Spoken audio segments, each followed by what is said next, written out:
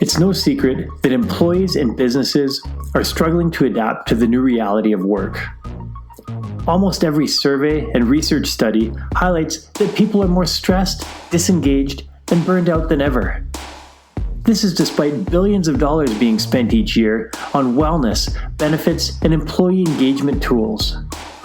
Science and practical experience show us a clear solution, but most companies have failed to take the simple steps necessary to make that change happen. Welcome to episode 42 of the Working Well podcast, the show that explores the rapidly changing landscape of work and well-being. Each episode, we dive into the hottest topics in leadership, employee well-being, and the future of work. I'm your host, Tim Boris. The great news is that awareness of burnout is higher than ever. But it's abundantly clear that what I call wellness window dressing or corporate wellness washing isn't working to decrease stress or improve well-being. For now, let's peel back the layers, look at some of the sobering numbers, and get a clear picture of why this is happening. We're also going to outline the simple yet overlooked actions that leaders and companies can take to virtually eliminate burnout in the workplace. First, it's helpful to align on the definition of burnout. According to the World Health Organization, burnout is a syndrome resulting from chronic workplace stress that has not been successfully managed, and it's characterized by three dimensions. First is feelings of energy depletion or exhaustion. Second is increased mental distance from your job, or feelings of negativism or cynicism related to your job. The last one is reduced professional efficiency. In a state of burnout, employees feel cynical, they're detached, they have a lower sense of purpose and accomplishment. Now, while slight variations exist, this description encompasses the large majority of definitions related to corporate burnout. Depending on which studies you look at and the specific measures used, burnout rates range from 41% to 77% of employees having experienced burnout in their current role. More importantly, between 25 to 50% of employees are currently experiencing multiple burnout symptoms at work. Whether we take the top, bottom, or the average of these numbers, it's still astronomically high and a massive opportunity for businesses to address. So what is the biggest issue with addressing burnout at work? Now, many barriers exist, but the biggest challenge I see to addressing burnout in business is that most senior leaders think they're doing a great job at addressing burnout and employee well-being. Here's a great example. In a recent study, almost 2/3 of workers say their health and well-being decreased from last year, and this was 2021 stats. While 3 out of 4 executives believed that the health of their workforce actually improved. This is a huge disconnect. And this is from a survey of 3,150 C-suite executives, managers, and employees across 4 countries, the United States, the UK, Canada, and Australia. And it was conducted by independent research firm Workplace Intelligence. This is from Deloitte Insights. You can get that at deloitte.com/insights.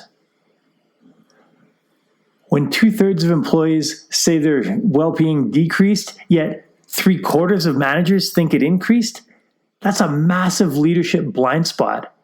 And it's directly impacting every aspect of organizational performance, including bottom line profitability. Now, perhaps this gap is related to leadership burnout itself. A recent Microsoft Trend Index reported that 53% of managers are burned out. This level was slightly higher than the employees on their teams.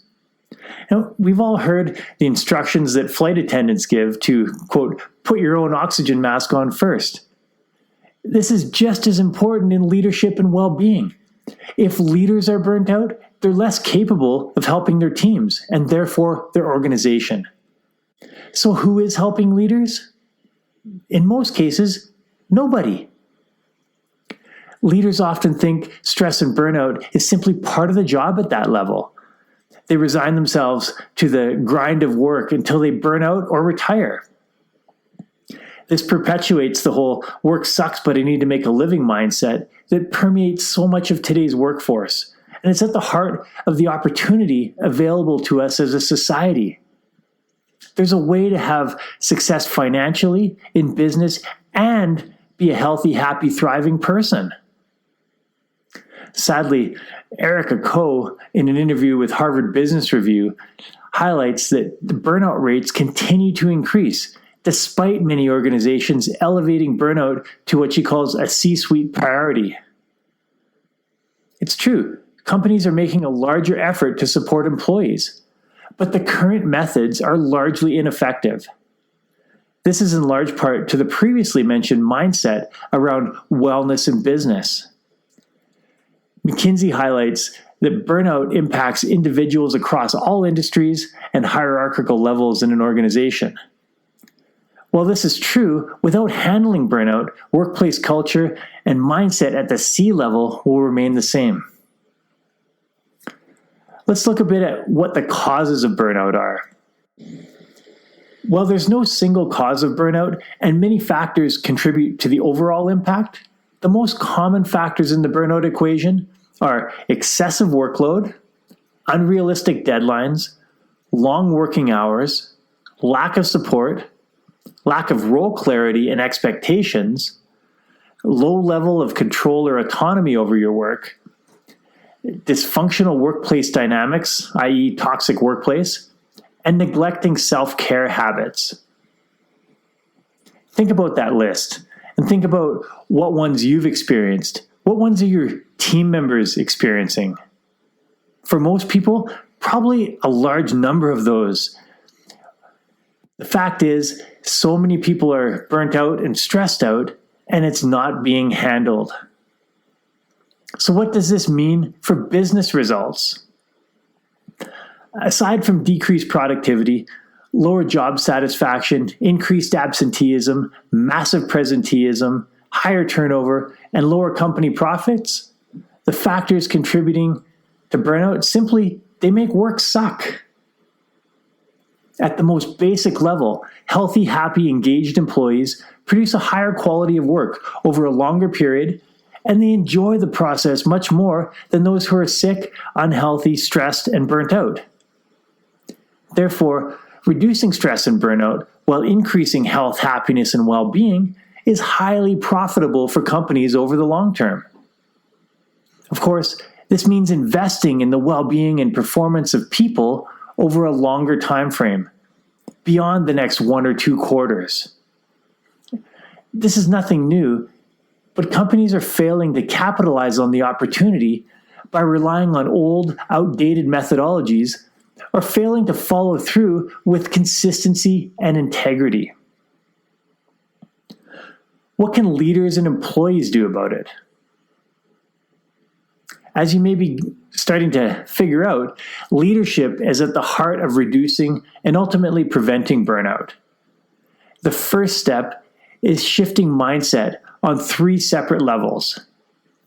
A leader's personal mindset around well-being, the mindset of how employee well-being contributes to company performance, and the mindset around the strategies and tactics needed to improve well-being and change corporate culture.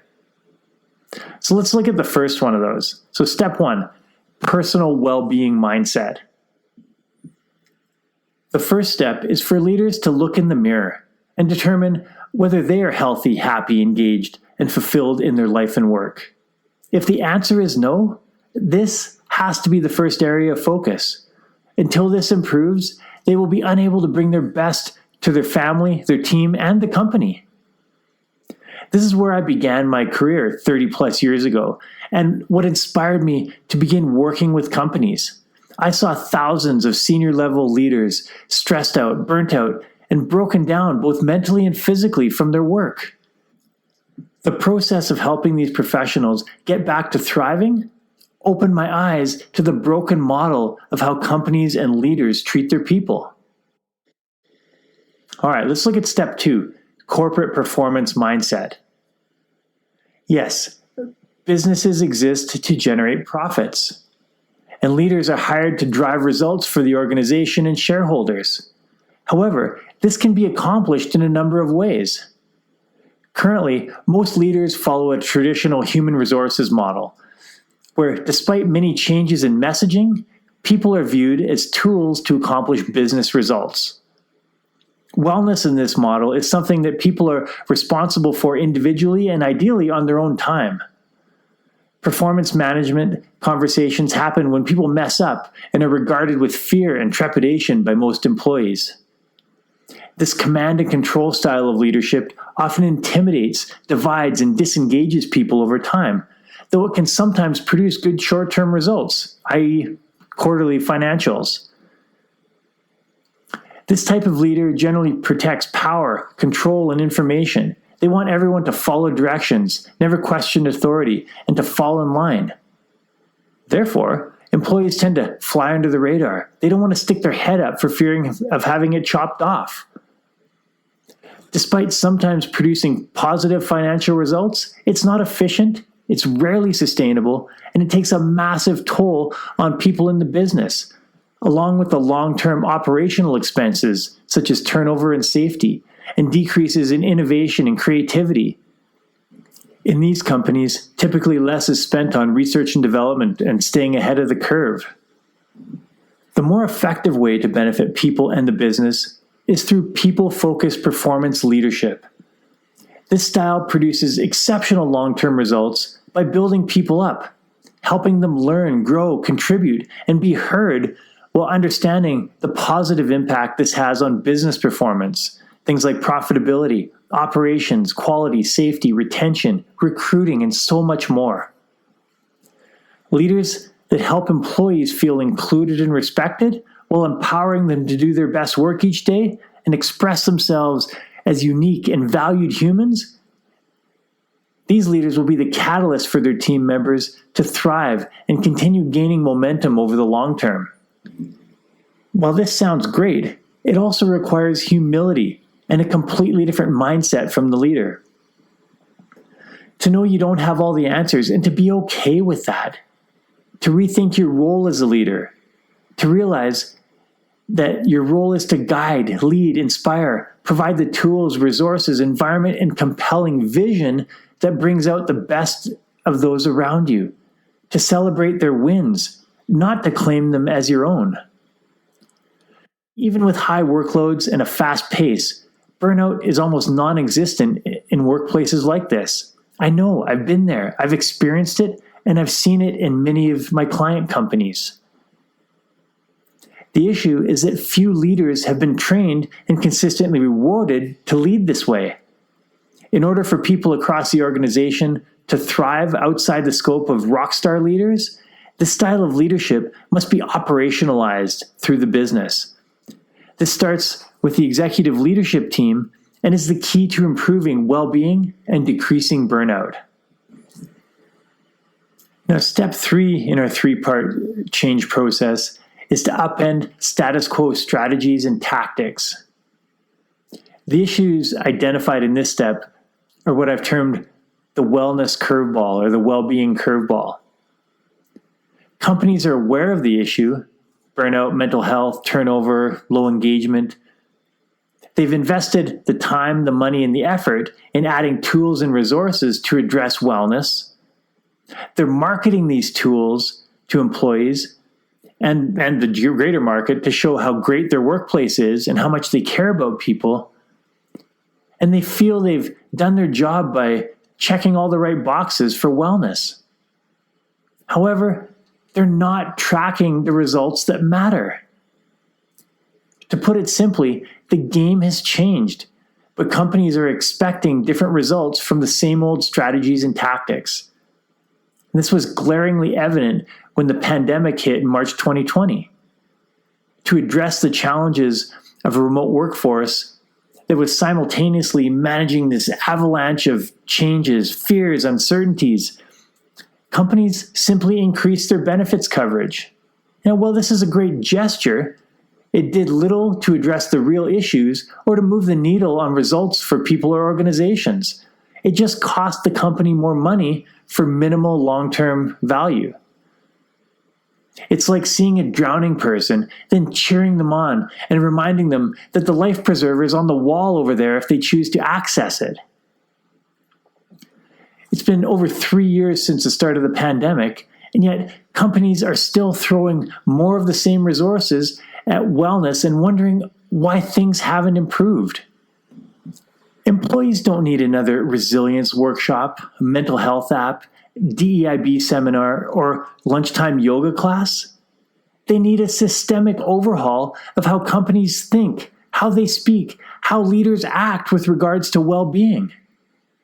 Now, this starts with how the organization, particularly the board and the shareholders, hold leadership accountable for delivering on their vision and values for employee well-being. When the mindset and actions of leaders start to change, then companies will miraculously notice that employee well-being and corporate performance improves.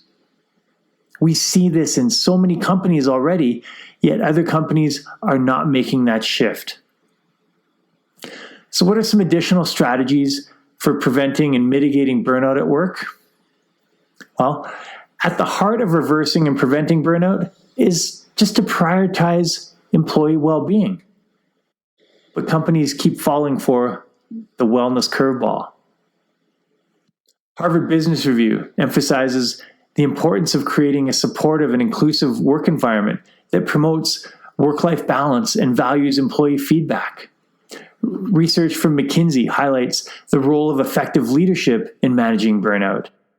They emphasize the need for managers to communicate openly, set realistic goals, encourage and support self-care practices.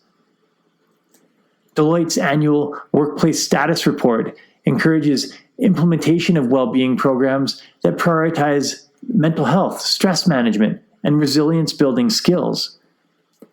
Simple examples of this can include mindfulness training, employee assistance programs, and flexible work arrangements.